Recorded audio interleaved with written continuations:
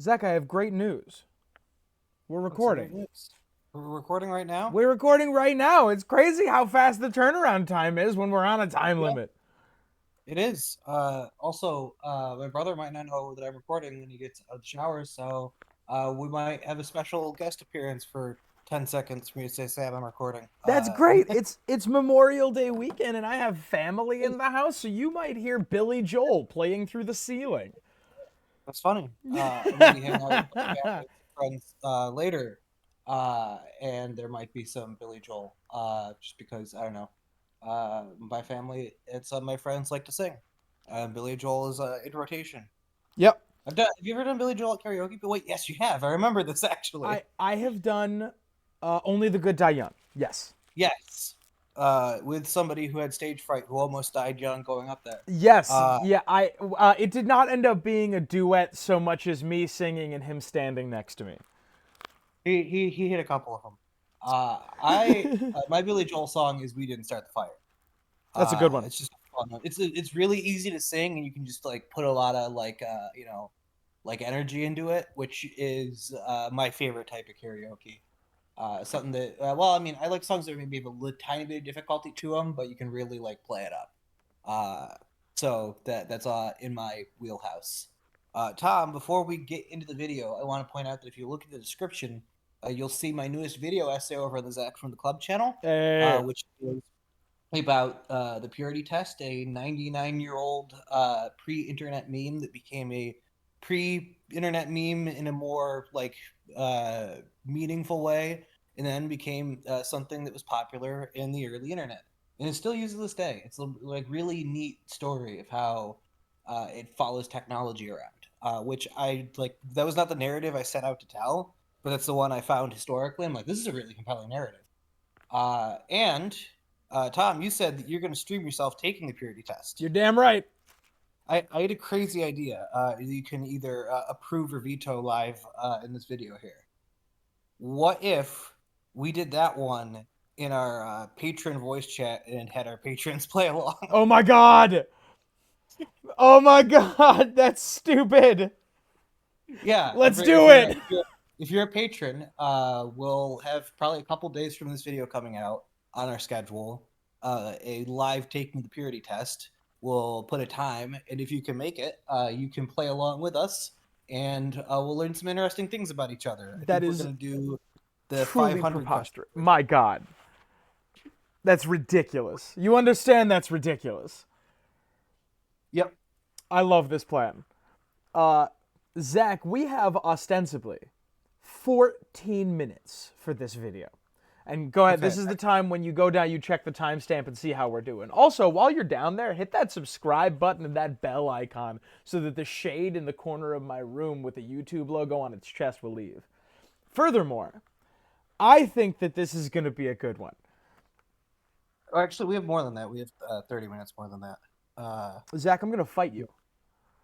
well, we have wiggle room, is what I should say. In But let's see if we can knock it out in 14, right?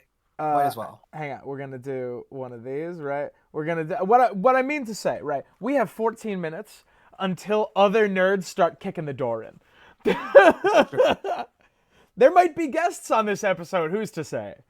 Uh, in 54 AC, Aerea Targaryen. You should probably share your screen. Oh yes. No, I'm doing the dramatic intro first.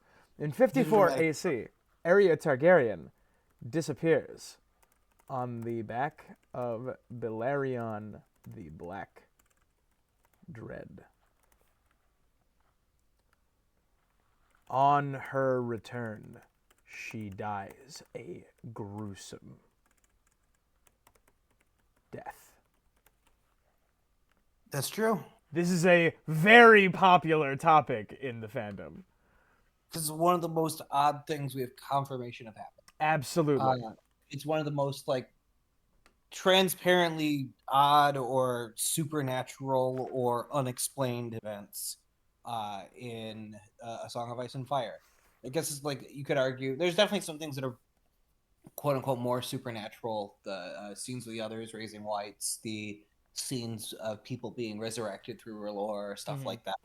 Lady Stoneheart might be the most like magical thing we've seen. I might say the Shadow Baby. Shadow Baby, yep, that's definitely up there. Yep. There's that cut earlier version of the Tyrion chapter with the Shrouded Lord where he actually meets the Shrouded Lord, but there's also the chapter we did get with seemingly having looped in time or having something else happen, potentially stone giant hands, as we've discussed in a previous episode. And that is another thing that takes us to commonly where people think Aerea Targaryen and Valyrian went, which is Valyria. Yes. People believe that that's where they ended up, although I've heard many people suggest other locations.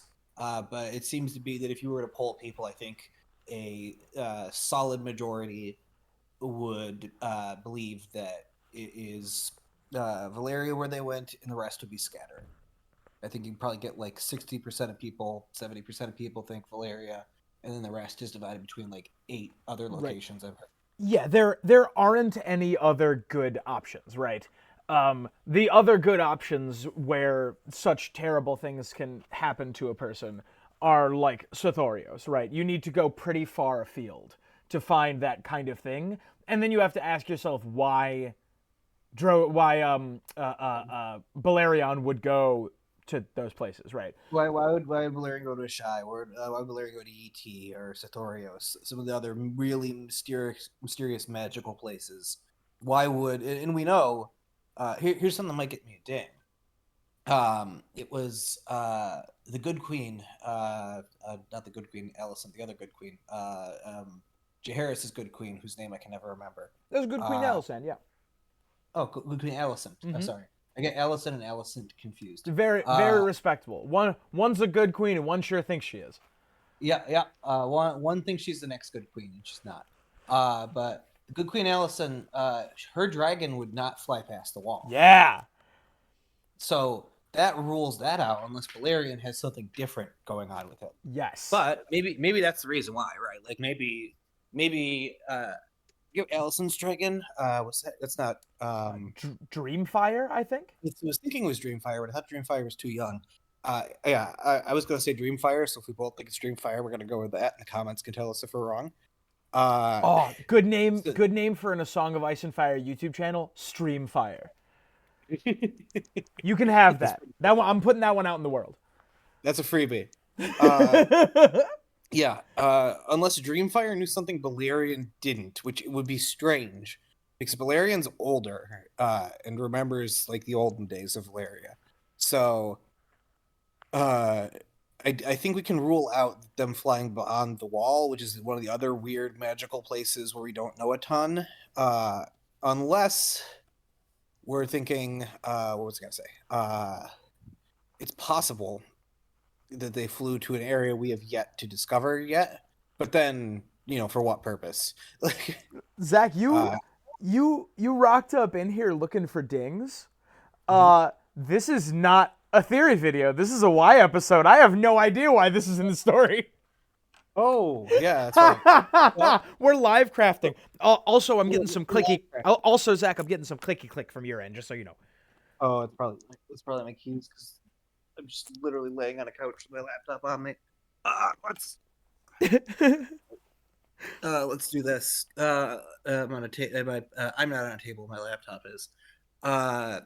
So this is a why. So yeah. So I want to tell a little bit of this story. Can I go off on this a little bit? Please. Okay. So Aerea Targaryen is a willful child. She does not like that she is trapped on Dragonstone. She actually quite liked court life at King's Landing before she moved away. And her mom's girlfriend, Farwind, Alyssa Farman? Farman. Aerea really connected with her and got like this like adventurous seed in her brain that she wanted to do. She's really Amelia Earhart. Yes, I agree. Young, ambitious, thinks she's indestructible and wants to go on adventures. So she tries to hop on and ride Balerion, the Black Dread. She successfully does that, by the way. She successfully hops on and rides Balerion away from King's Landing. I think King's Landing. sails away, and Jaehaerys spends months looking for her and is unable to find her.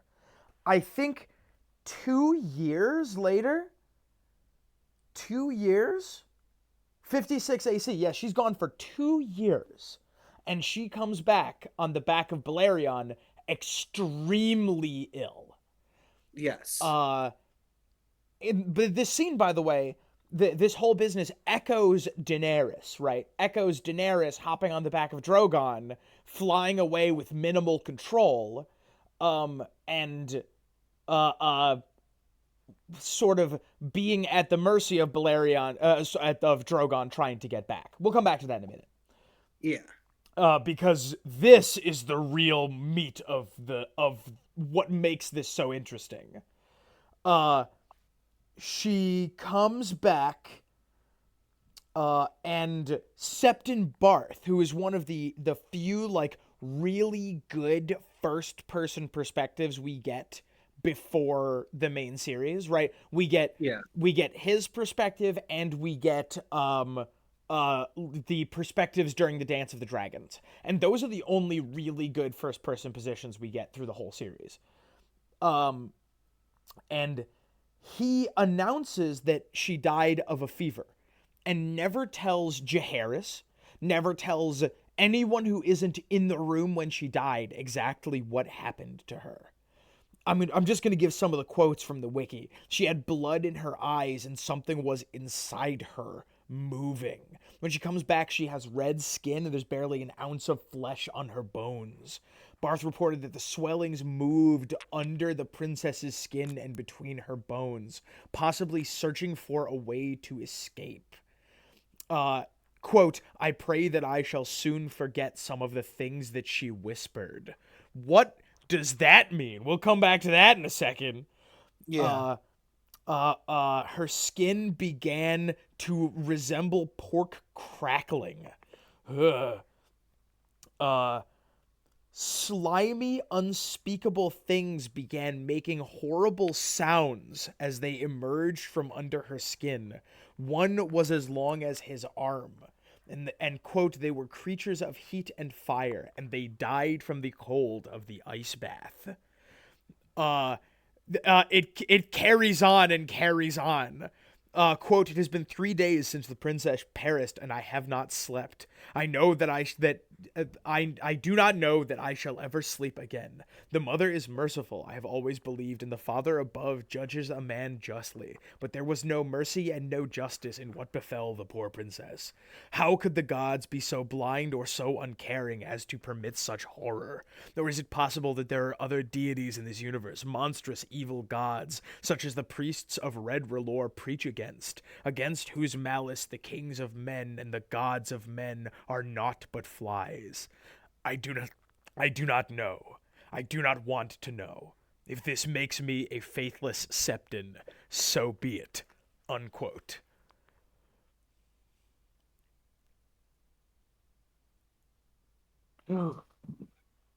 Please enjoy sleeping with that thought in your brain.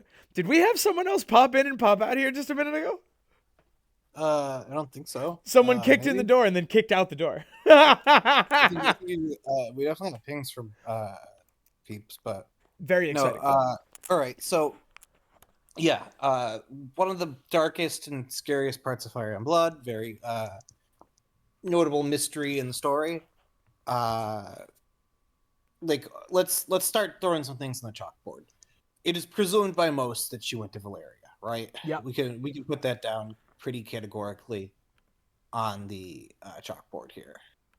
Well, most people presume that Aerea went to Valyria. So the support for this is that Drogon chapter where Drogon flies away with Daenerys on his back. The next couple of chapters are her living in the wilderness with Drogon, and he seems to like make a home, and he will fly far afield, but never too far from the little. She calls it the little dragon stone, he makes a little home in a little cave, and he never flies very far from it.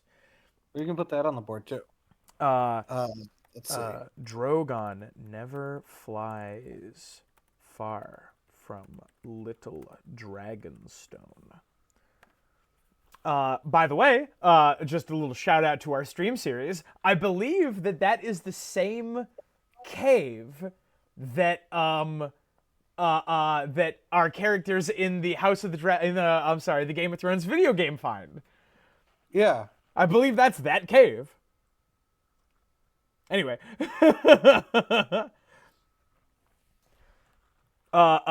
So like there's a lot of like speculation that we can do, but we are light on time, and I believe we're trying to do a sound check in like 60 or 70 seconds.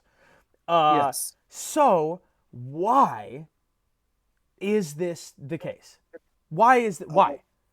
So let's talk about like what happened to Valyria.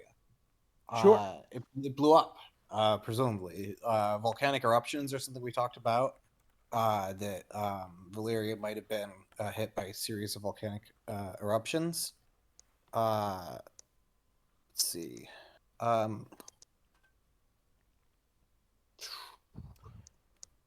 You see, I'm kind of stuck, right? Well, Why? Why is this in the story? Why? Because George Martin doesn't just add, he almost never just adds things this detailed for flavor. And Yeah. like, if he was going to, this is a good bit of flavor because man, does this taste spicy. well, and also multiple people like have also gone to Valyria, and only two of them have seemed to come back: Aerea Targaryen and Euron Greyjoy. That's an interesting point. Euron Like Targaryen? Tyrion Lannister didn't come back. The political party in Velatus sent a fleet, and it never came back. There was a dragon lord who declared himself the Empire after the Doom, but he never came back. Granted, you could say that maybe he reconquered it, which this brings me to another thing I want to talk about when it comes to the Doom of Valyria, which is the biblical apocalypse. And this kind of fits with the worms, in my opinion. Do you remember the 4 horsemen of the apocalypse? Sure, yeah. Death, famine, pestilence, and war, I believe. Although pestilence, I think, gets swapped out sometimes. Yeah. There's the White Rider, who is seen as like conquering or bringing people into some sort of like united bad thing, which could be like the dragon lords themselves putting together like an empire. In fact, the White Horse in some interpretations is like the Roman Empire. Uniting things together. United bad thing is what I call it when I can't book with Southwest. Yes. Then there's the Red Horse, who's often seen as war or the Roman Empire falling apart, but he is out just slaying people. Hold on, I gotta move because my brother got out of the room. He's quite loud. Let's see. Tell him I say hi. I will. Yeah. Tell him everyone in chat is... says hi to. Everyone say hi to Zach's brother. Everybody say hi, Sam. But I should note that the horse is depicted as fiery red. So maybe in George R. R. Martin's biblical apocalypse, the red horse is Valyria literally exploding. Then there's the black horse and the pale horse after that. My argument would be that the black horse is these worms, which could kill off, dragons and also people, and would be a like horrifying creature in their own right. And the pale horse is grayscale. Oh shit! But then what are the fireworms? Then what's the what? Then what are the fireworms? The fireworms are the black horse. They are the first thing that starts coming and killing people. After some people must have survived the Doom. They would not be living well, but the volcano, like rocks and lava, isn't going to hit everything. Some of them are going to die from the ash in the air, but if they can get into caves, if they can survive that, like initial like ash raining down, their odds go up every day that they don't die to live to the next one. And then like the black worms coming would be something that you eat food, you drink water, and all of a sudden you have something in you that bursts out and turns into like squirms around, because these things are like creepily like Lovecraftian. They're like worms with faces. Yeah, they're fucking terrifying, dude. We kind of glossed over that, but you're right. They are described as there's one that is as long as Septon Barth's arm. So he pulls out a giant fat worm with a human face that looks at him and screams. Yes. My God, that's some Silent Hill shit. It is some really Silent Hill stuff. And that, I think, is talking about. We're talking about Aerea Targaryen. Oh, okay. Yeah. Dish girl, tell me the deets. By the way, everyone at home, random internet guy, go subscribe. Hey, what's going on? I don't know. This might be an outtake video. I don't know. We'll see. Well, no. So far, so good. I think this is a perfectly fine Y episode. If it's an outtake video, I can tell you my most A Song of Ice and Fire tourney story yet. Wait. We're probably gonna keep this video. No, we'll keep it.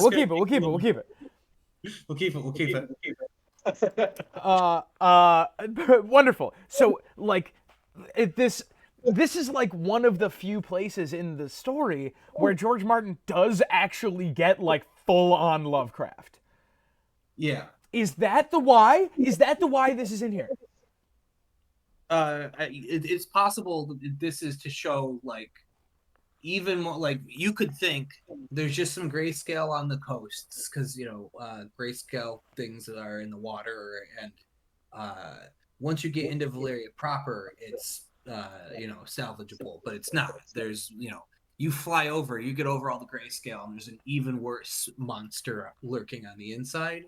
Like if you want to like make the case that Valyria was doomed through like godly level magic, that they like basically did the magical equivalent of salting the soil so that nothing could live there ever again as punishment.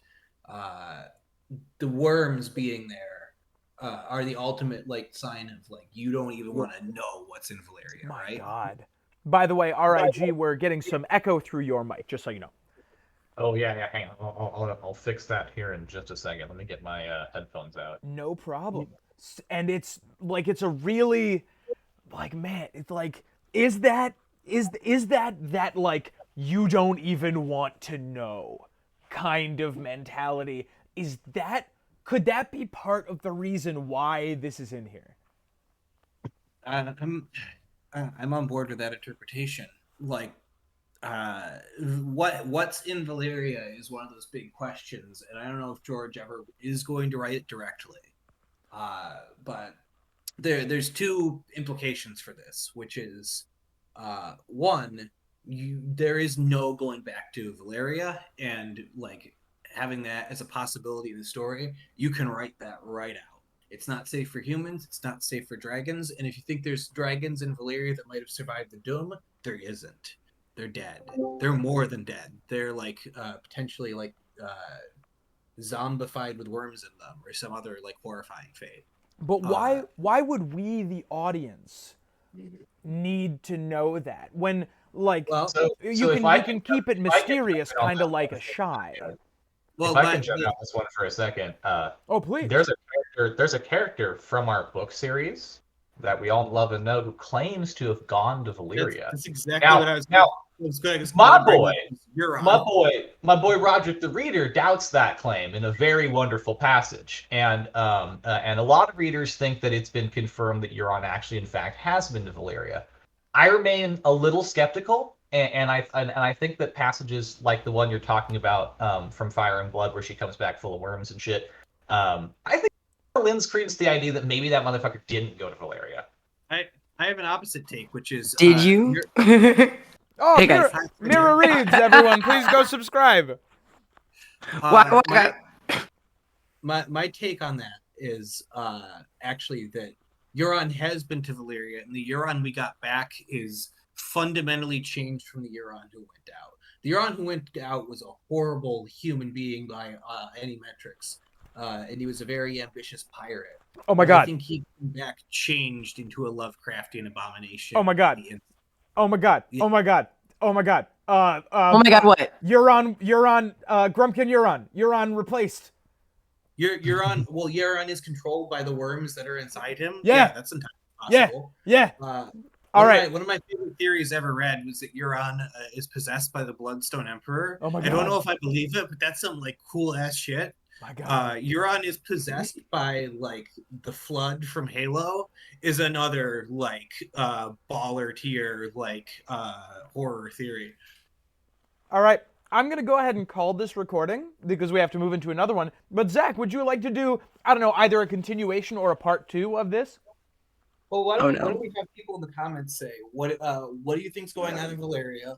What do you think the purposes of the worms are? And did Euron actually make it to Valyria? I'd love to get some data from our viewers on that. And Absolutely. then, I would love to hear your ideas, and then we'll vamp on them in a follow up. And like, man, this is like hands down one of my favorite things in the entire series. You know what? Maybe I've been doing like those reading shorts. Maybe I'll do a reading short of this passage. Yeah. All right, everybody say goodbye. Bye. Goodbye.